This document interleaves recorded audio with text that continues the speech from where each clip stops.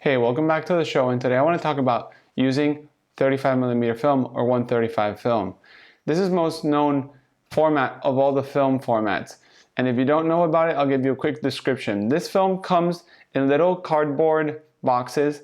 These boxes have a little plastic canister inside, and inside this canister is the film.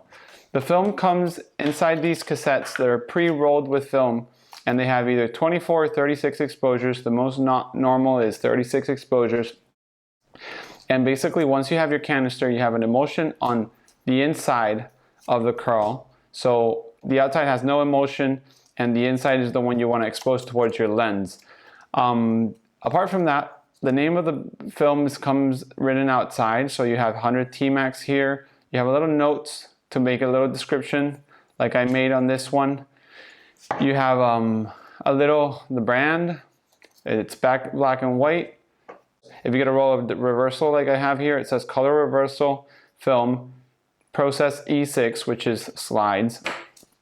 And then you have this DX code. The DX code is like an ID. This, depending on what camera you have, if it has certain electronics, will read it automatically and set the ISO, so you don't have to do anything else about that.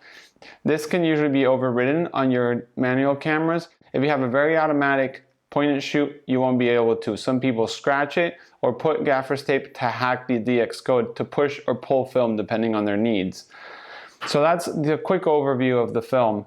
Then you have same emulsions as most of the other formats, maybe a little more as it's more common, but basically you have color reversal, which is slide film. You have color negative film, which is here, C41 is what you use to develop that. Then you have black and white from Kodak. You have another black and white from Kodak. This is Tri-X, this is T-Max 100. They have different DX codes, so it's each film has its own, as you can see. Then you also have bulk film. Bulk film doesn't come pre-loaded on the cassettes, so you have to use either old cassettes or bulk film cassettes, which I'll talk about later. So this I won't talk about, but basically it goes into these bulk loaders and you make your own canisters. Most of the film is usually sold in 36 frames, and these frames are called for the amount of frames you get in one roll with the usual size of the negative, which is 36 by 24. If you're shooting panoramics or anything else, you're going to get less shots per roll. So that's what 135 film is. The good thing about it is that as you are getting 36 shots per roll, it's cheaper per shot. That means that it's cheaper to shoot 35mm film, because if you're paying $5 or $4, which is approximately the price December 2015, you will get 36 instead of 12 or one shot depending on what you're shooting, medium format or large format film.